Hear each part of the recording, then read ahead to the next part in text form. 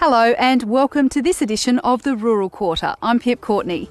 On this program, catching wild horses in the snowy. We have had an independent scientist do population estimates across the Australian Alps. The population has increased at almost a maximum rate of 20% per annum. But first, it may be a peace deal in name only. After 9 months of negotiation between conservation groups and the forest industry, a deal has been agreed and signed off by the Tasmanian and federal governments. The Prime Minister stayed an extra day in the state to push it through. The agreement effectively halves the Tasmanian timber industry and moves it almost out of native forest logging. It took prime ministerial intervention and a wad of cash, but a forest peace deal was finally signed. We have put cold hard cash on the table to get it done. This is a very significant step forward in a process that is aimed at trying to end the conflict that has caused so much pain for so many for decades now in this state. After days of intense negotiation, the Commonwealth has put up more than $250 million to transition Tasmania's timber industry out of native forests. The deal has been 12 months in the making and has been forced on the industry because its markets have collapsed. A decade-long campaign by conservationists aimed at international woodchip buyers started the rot, and the global financial crisis brought the industry to its knees. At the same time, the biggest industry player, Guns, decided to get out of native forest logging to win approval for a pulp mill based on plantation timber. It may be a peace plan in name only. This is not an agreement that we will go along with. It gives $148 million to the loggers in this financial year, but does not permanently protect 1 hectare of what the Prime Minister calls ancient and iconic forests. The agreement will be formalised within 2 weeks. They've roamed the Australian Alps for close to 2 centuries, but brumbie numbers have reached unsustainable levels according to rangers at the Kosciuszko National Park. With culls and shooting programs proving unpopular, they've turned to trapping the wild horses instead. But animal welfare advocates are still concerned. From the Snowy Mountains, here's Adrienne Francis. Wild brumbies are as iconic as the Snowy Mountains landscape in which they roam. Now estimated to be around 5,000 strong, their numbers are the cause of constant debate. We have had an independent scientist do population estimates across the Australian Alps. The population has increased at almost a maximum rate of 20% per annum. We're a group of people that spend a lot of time in the park. We ride and we watch and we look, and we just don't see as many horses as we used to. But park rangers say the bigger numbers pose a bigger threat to the environment and to motorists. And they're now trying a different approach to bring the brumbie population under control. The horses are lured into the trapping yards with hay, salt and molasses. It's sort of focusing a lot more on the welfare of horses, so RSPCA have certainly come and inspected our operations. There is no good way to trap or to collect up a wild horse. Most of the trapped brumbies have been destined for the abattoir. But the Parks and Wildlife Service says they're trying to find new homes for the horses. The New South Wales Parks and Wildlife Service will continue brumbie trapping until October. Wild dogs stalk and kill tens of thousands of sheep every year in rural Australia, often attacking just for fun and leaving the sheep to die horrible deaths. The problem is so great in Victoria's high country that many farmers have left the sheep and wool industry unable to deal with the emotional and financial strain of losing sheep. Now farmers are joining together with the Queensland Government to fight the problem, as Will Ockenden reports. This used to be prime sheep country, with farmers producing plentiful amounts of food and fibre. But the beautiful hills in northeast Victoria's high country hide a deadly menace. Sheep numbers, I would say, around here probably dropped well over 50% to probably what they were 30, 40 years ago. It's all been put down to one thing: wild dogs.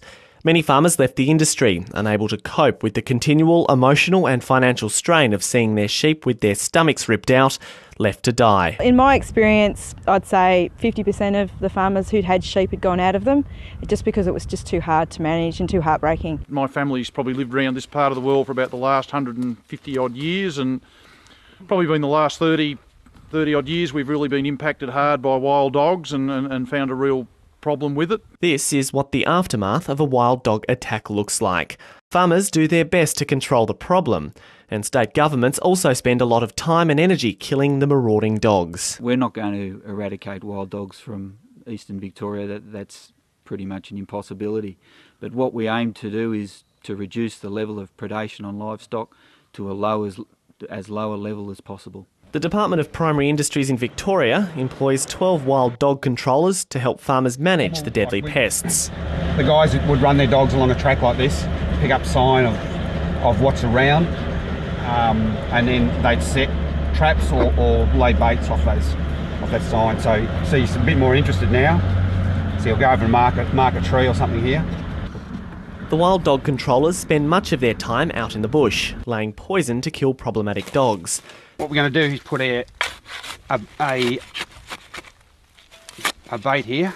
The Victorian State Government, through the Department of Primary Industries, baits throughout the year, and farmers can also lay baits after they pass some tests. The DPI says it's working. Well, ultimately we know the program's working if we're getting less reports of attack on livestock. I think overall, yes, we're having some impact. And as sheep come back to the area, farmers hope that at the very least, the number of dogs will slowly decline. A record wet season caused havoc across northern Australia this year, but it's produced a bumper harvest of banana prawns. Fishermen say it's the best catch in over 10 years, with thousands of tonnes of good quality, cheap prawns to hit Australian supermarkets. Phoebe Stewart has the story. Floods damaged homes and a cyclone lashed the top end this wet season, but out of the storm came a lot of prawns. Went out with high expectations and we got them. The wild weather earlier this year caused widespread devastation and hardship for much of northern Australia, but the clouds had a silver lining and dramatically boosted prawn production. The record rain swelled rivers feeding northern seas, leading to big catches. So far this season we've seen more than 7,000 tonnes of banana prawns caught. This is a 1,500 tonne increase over last year and our best result for more than a decade. Prawn bosses are smiling. I've heard some boats were up around the 220, 230 tonne, which is phenomenal catching. The big catch is worth $100 million to the northern prawn industry, with trawlers stretching from Queensland to Western Australia. With 1,500 more tonnes than last year, there will be plenty of banana prawns available in supermarkets at cheaper prices. The price will be good. I think the quality and the size was very good. Most of it will be on the local market due to the high exchange rate. Now fishermen are hoping there's even better things to come, with the tiger prawn season starting in August. Farmers with a taste for the exotic may be interested in a herd of animals for sale in Western Victoria. They're more at home on the US prairie, and farming them isn't for the faint-hearted. Guy Stainer reports. This is a farm in the heart of dairy country in southwestern Victoria, but these animals are a long way from home. They're North American bison. I had an order for 53 last year and I only had 22. Barry McVilly doesn't farm bison for animal products. They're used to train horses. For the quarter horse industry, the drafters use them for drafting. They're fast, they're cunning. They'll do a speeds around about 53 to 56 k's an hour. Their speed as Mr McVilly slows down has prompted him to put the herd up for sale, and his phone is running hot. So, you see what I mean? A calf sells for about $4,000. This is unique, this sale. Everyone in the district knows that Barry's got bison here, so I've had a lot of interest as far as calls and people pulling up in the street saying, you know, what's happening, we want us to know what's happening to the bison and all that. And a deal has just been done. Cheerio. Thanks for that. What's the news? Yeah, they're sold. Despite being fearsome-looking creatures, Barry McVilly swears they can be trained, but he does warn, don't try to pat one. They will turn around and kick. An enormous kick. If you are frightened of animals, don't go near them. But if you're a farmer with a sense of adventure, perhaps you can run some bison. It pays better than dancing with wolves. The Royal Flying Doctor Service has long been a lifeline to the bush, and its role is now expanding. New state-of-the-art facilities opened recently in Dubbo to service New South Wales's Central West.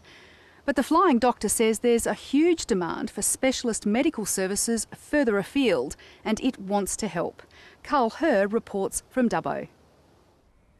Until recently, Susan Wilson hadn't thought much about the Flying Doctors. Last month she suffered a stroke and had to be flown to Sydney for urgent treatment. Today she came back to say thank you. And then I came out here and had a look at the plane and got quite emotional. The RFDS threw open the doors of its hangar to celebrate the official opening of its expanded facilities in Dubbo. Along with an education centre, the base now has a new treatment area. Last year, the service acquired a second aircraft for Dubbo, and a large chunk of it was paid for through fundraising. And a service such as this is what makes Australia such a unique and great nation. Jack Stanmore was born at the tiny Ivanhoe Hospital in 1938. In need of treatment, help came from the pioneer aviator Nancy Bird Walton, whom he met and thanked much later. She came and put her arms around me from behind and gave me a big squeeze and said, "My goodness, man, didn't you grow?" David Honner's flying help came after a chainsaw accident in 2009. They wanted to transfer me to Sydney for the surgery, and the only aircraft available was the Flying Doctor aircraft at the Dubbo base. You would think that with the improvement in transport, communication, medical procedures, that the need would die off, but in fact it's increased. Despite its recent growth, the service says it isn't done yet. This base now wants to provide specialist outreach services, something already happening in Broken Hill. The dental hygiene of some of the communities that we serve out through this far west area is extremely low. It is third world country type dental hygiene they've got, and what we have to do is address that. The Flying Doctors may want to do more, but for Susan Wilson, they've already done plenty. And that's all for this edition of the program. Don't forget, for more rural stories, watch Landline on ABC1 at midday Sunday. And we'll see you next time on the Rural Quarter.